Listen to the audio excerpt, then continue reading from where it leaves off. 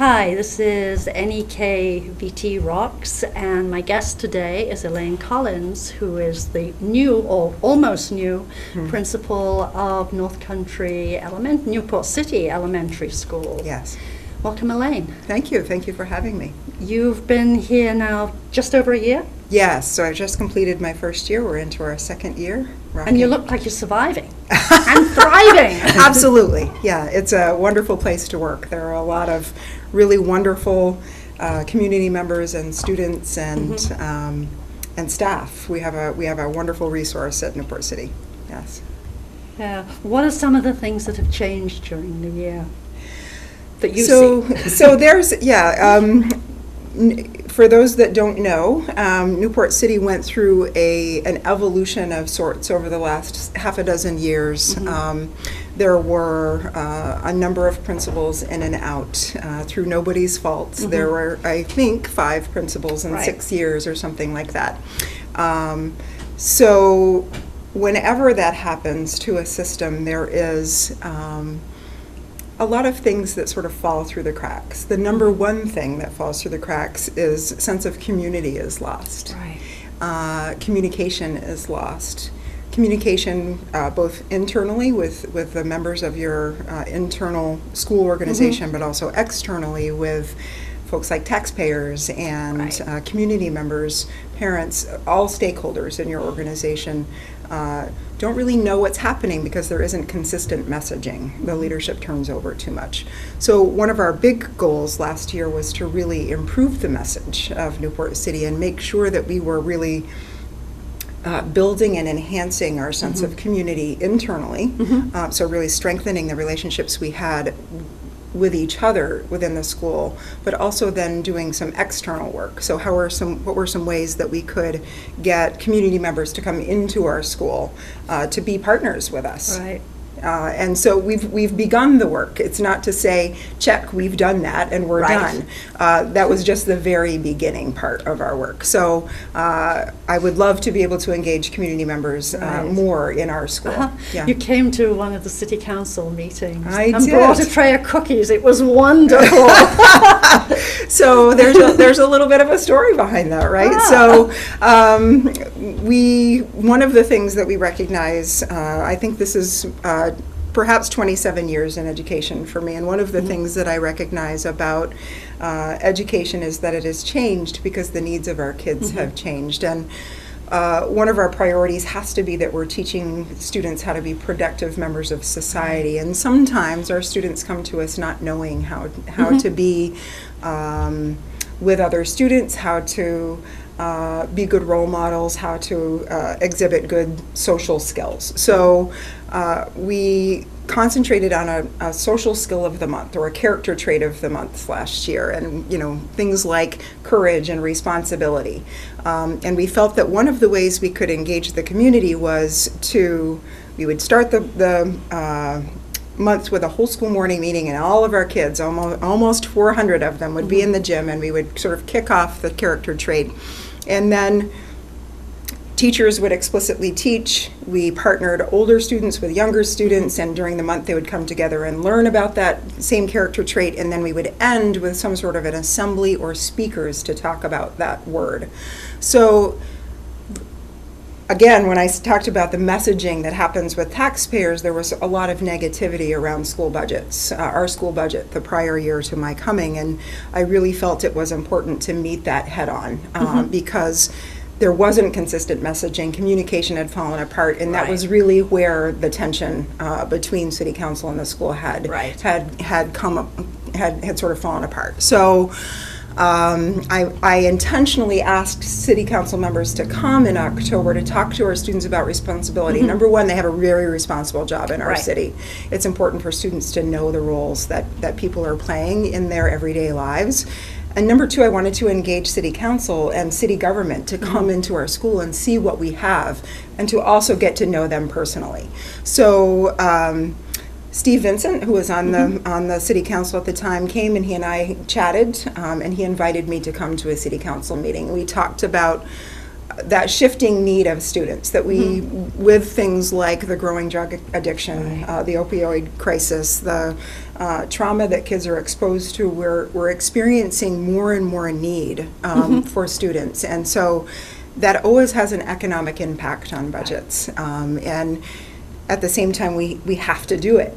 Morally, there is no other organization that can step in the way that a school can. And if we can't get it right for kids, no one else will, who are in really, sort of hard circumstances through no fault of their own. So we have to have wraparound services for kids. And so when Steve and I were talking about that, he said, I don't think people really understand that about schools now. And would you come to the city council and talk about that? So I did, and I raised 6 kids, 4 of them really big boys, and so I just, do a lot of baking, decided I would do a peace offering of cookies, homemade cookies, and wrestled them away from my family and got them to city council. And it worked. It definitely, really it is about, every job that we have in our community is about relationship. Yes. And the heart of everything that we do has to be that we develop meaningful relationships with people that we work with. And that we all feel valued. Absolutely. In some way or Yes. another. It's Yes. really important. And it doesn't matter what level of work you do, whether it's at the one-on-one level or whether it's my sort of work where I have really big picture relationships with folks. It still really comes down to that one-on-one relationship and making sure that there's a connection there that's important. Yeah. I think you've pretty much got universal agreement, even if it's not explicit, about the principle of front-loading, Yes. of giving kids a really good start, because that's our future, all Yes. of our future. I think where we get into trouble is, how do we do that? That's because right. we're a poor area. We Yes. don't have a lot of money here. We don't have a massive amount of resources. That's right. But that doesn't mean that we don't have different resources in people, in energy. What can we do as a community that can help this continue? Build on it. So Build on what you're doing. I would love to have more community members who have a particular skill set that we can definitely use to enhance the education of our students. We have a lot of students with talents that are being sort of underutilized or underdeveloped at this point because we often spend our time in education putting our energies into students who have really intense needs. And so those students who might be maybe middle of the road students who really could excel at a particular skill or who have a talent that is really wonderful, we don't necessarily have the resources for that. Right. So utilizing area resources to help with that would be wonderful. People who might have therapy dogs, for instance, would be another area that if, we would love to be able to have students work with a therapy dog to read with that dog or to develop a relationship, and that sometimes helps kids. Even just coming in and reading with a student is a wonderful service to play. We're finding that our students, because we have now good structures in place and we are being much more consistent with students than we were in prior years, through no fault of teachers who were working really hard but without systems in place.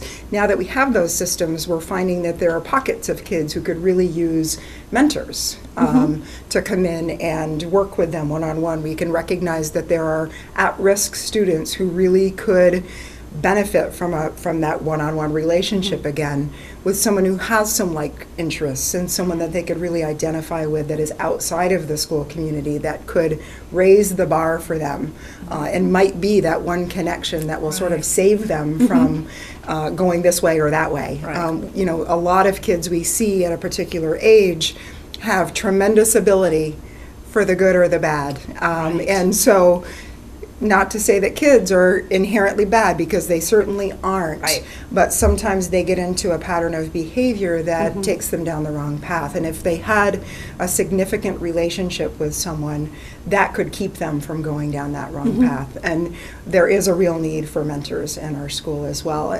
Our guidance counselor, Jean Cadmary, I believe, is writing a grant right now to do some mentorship. So anyone who's interested in being a part of They would that contact program you. could contact me. Yes. That would be great. Yes. Do you have other specific skill sets in mind?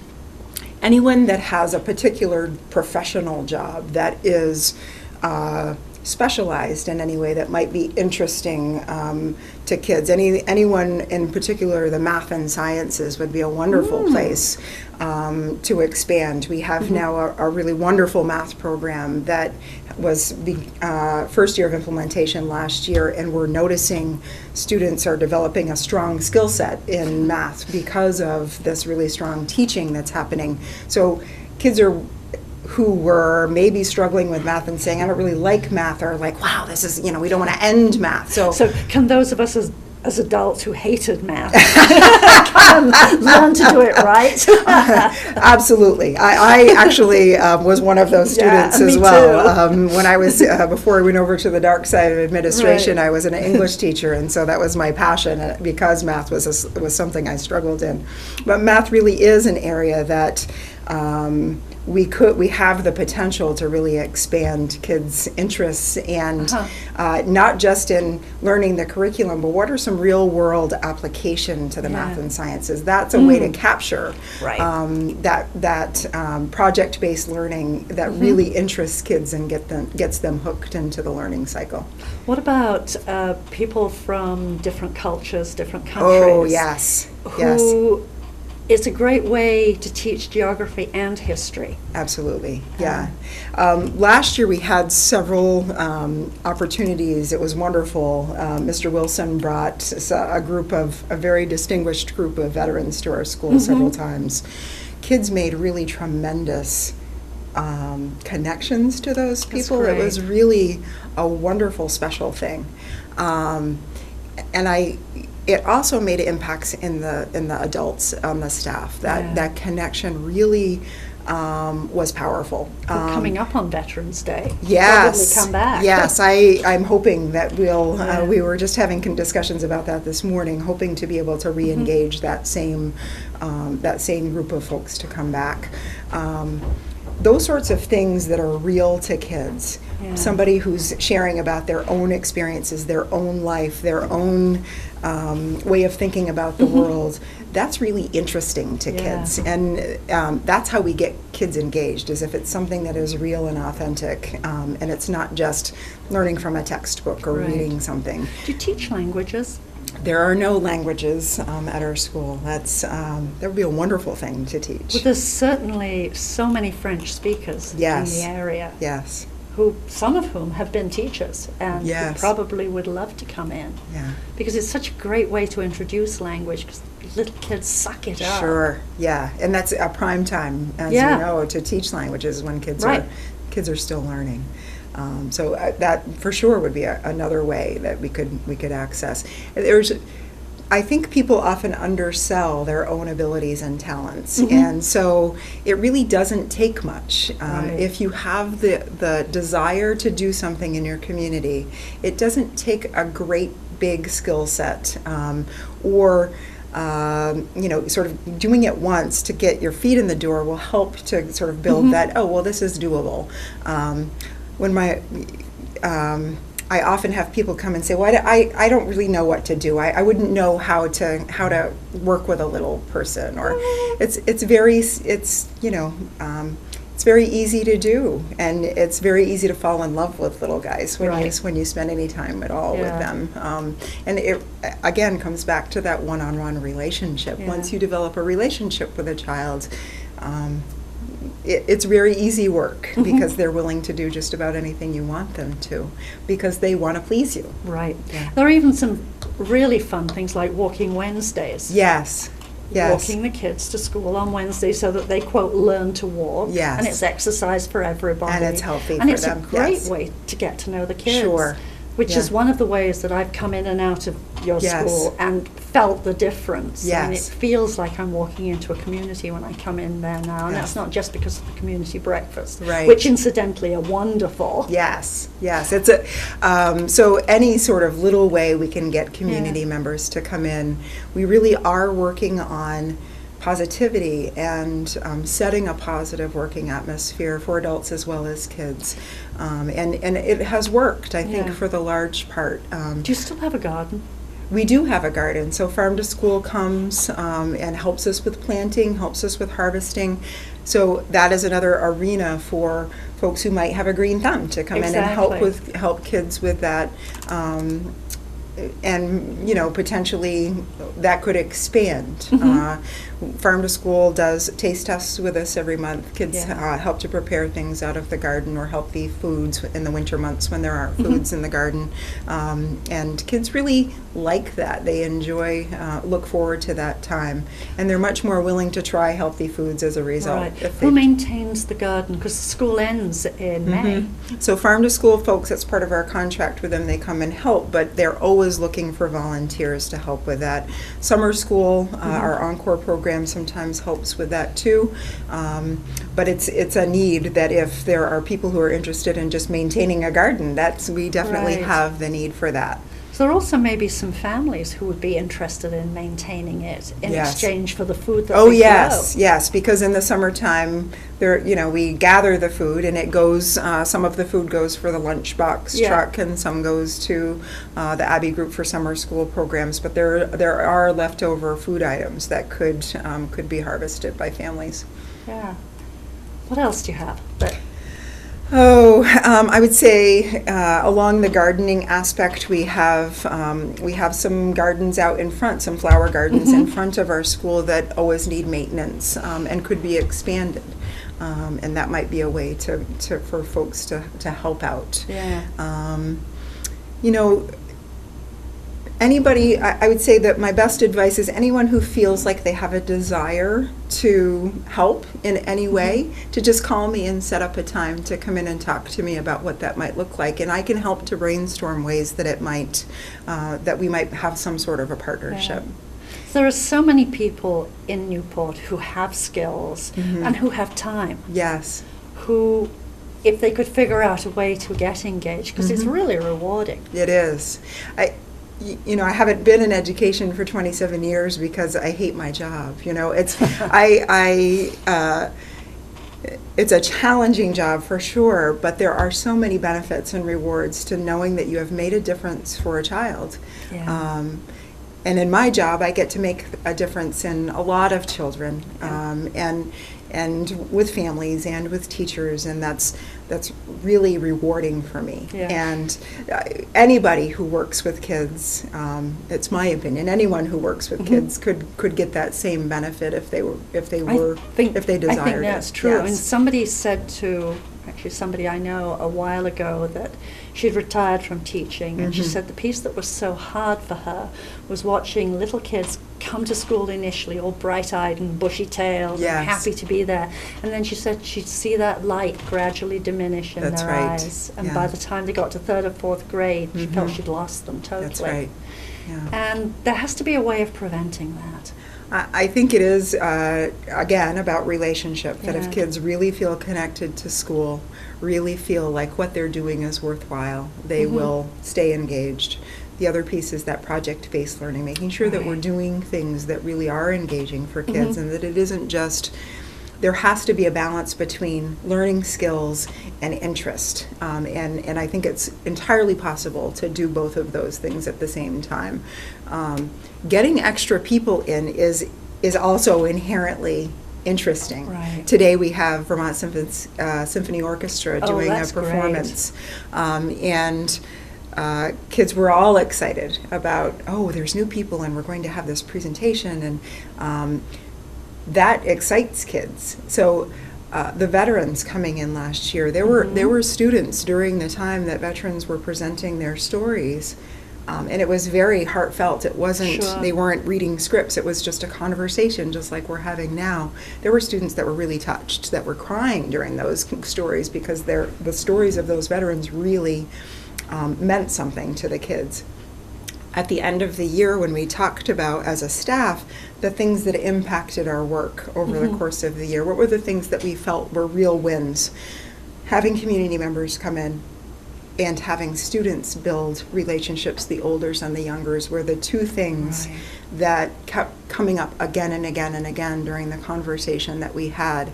So staff also recognizes the importance of those things, and it's really just building our own capacity and building those, starting to build those relationships, and then the work takes off. It sort of takes care of itself.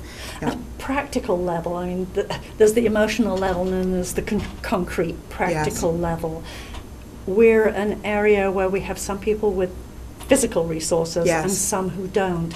How can the school balance that, and how can the community help with that? So, for example, the kids who don't have bicycles, who wanted to do the bicycle safety course. Yes. What do you need and what can we do? There are students every day. I mean, homelessness is a big issue, is becoming a bigger issue. I would say if there are folks that have physical, who have the means to provide physical support for students, we always have the need for school supplies. We always have the need for clothing for kids. There have been several times this year where we've had students who have been evicted and then they've lost all of their things because their things were in the apartment, and so they don't have anything.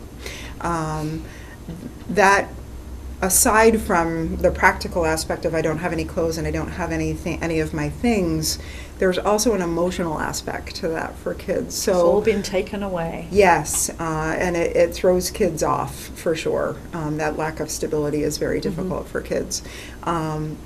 We have a lot of kids with food insecurity, so we often try to provide snacks for kids that are healthy, like goldfish or granola bars. So if anyone ever has, a lot of extra food kicking around that is healthy, certainly you could send it our way, and we would funnel that in the right direction.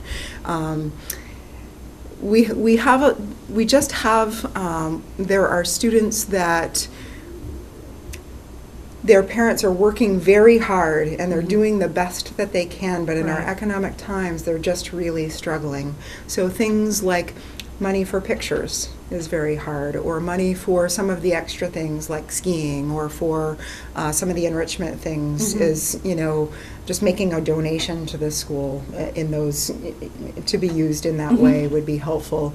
And we never would deny a kid the ability to ski based on their parents' inability to pay, and we tell that to folks, and we have a bit of funds to help with that. But if folks are looking for a way to be able to financially support, that would be another suggestion.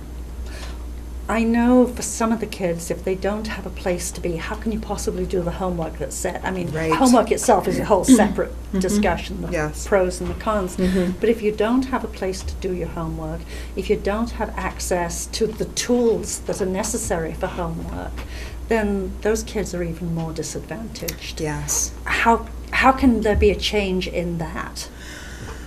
That's a larger community issue, I think. Because we have a lot of impoverished families, I think that local agencies are taxed for what they can do for folks who experience chronic homelessness or who are experiencing homelessness for the first time. I think as a larger community, we have to start doing some problem solving around that. I think that the opioid crisis plays a role, not always, but sometimes in that, and no judgment, but it does have real and immediate effects on students when that happens. And so our goal is to make sure that students can learn, and we can't do that unless students are in a place where they emotionally are ready to learn. And so often we end up having to provide a lot more than schools traditionally have had to in the past. So we make sure that all kids are fed for breakfast, for lunch, and now for supper. So if they stay for encore, we also are providing a meal at the end of the day. We try to have clothing on hand, or get clothing in some way. Do you have a shower facility? We have a shower. We have a full-time homeschool coordinator on staff. We have a full-time school psychologist. We have 1.5 guidance counselors. We have a full-time behavior specialist, a full-time intensive case manager for students that really exhibit some higher level behaviors. Those are wonderful resources to be able to bring to bear for kids. As a community, we're taxed. Right. Our internal school community is taxed, but our external community is also taxed to their limit. So it feels as though there has to be a way we can work together as a larger community to meet those needs in a smarter way, and I'm not sure how to do that. I don't want to be the person that says we're not doing it well enough, but I don't have any solutions for how to make it better. But I feel as though we have to sort of work together in a more concerted effort to get things working in a more efficient manner for kids. And Northeast Kingdom Human Services is doing a wonderful job, but they're completely understaffed. So when we have students who have needs, they've been on waiting lists for counseling, and that's not anyone's fault. But it is but it's a reality. Yes. And so that can't be the way that we continue to do business. And when somebody is homeless, it means they need somewhere to live. Right. And staying in their car is not a solution. Right. So I would say as a larger community, if folks are looking to be involved, that may be an arena that from our perspective, the drug crisis and the homelessness issue, which in some cases are tied together, but not always. Those would be areas that we should be a little bit more proactive for. Right. I mean, when you look at the economic inequality, I don't know how anybody can support a family on minimum wage. Yes. It's I don't insane. either. And we have many families who are working multiple jobs, both parents, but still are just having a really hard time making a go of it. It's brutal. Is. And that's through no fault of their own. No. They're doing the best that they can. And it's those folks that seem to be struggling the most right now. Because they're doing their absolute best, but it's just not enough. Right. Yeah. Well, the bottom line is, if we don't take care of kids, then we've handicapped the future generations. That's right. Yeah, that's right. And we need to pay attention to that as adults, particularly those of us who are older. Yes. Yeah. It's pretty crazy. It is. Yeah. But you're right in the center of the fire for this, which is both a wonderful place to be and a really hard place to be. Sometimes. Yeah. Yeah. And it's really important that as a community we do support. Sure. That. We are just about out of time. Okay. I told you it goes fast. Yes. Would you be willing to come back at some point? Certainly, yes. And how is it that people can get in touch with you? You can always call the school, and it's 802-334-2455, extension 4144 will get you to me. Great. And if people are in the community, in the area, could come and knock on the door? Absolutely. I am often on the move in the school building. That's true. I've seen that. Usually walk between 5 to 7 miles a day. Not that I am really counting, but I always have my cell phone on me, and it counts my steps. But I'm always accessible. So if I'm not in a meeting or dealing with a crisis, the office staff know how to get in touch with me, and I'm always happy to talk with community members. That's great, and thank you so much for coming in today. Thank you. I appreciate your time.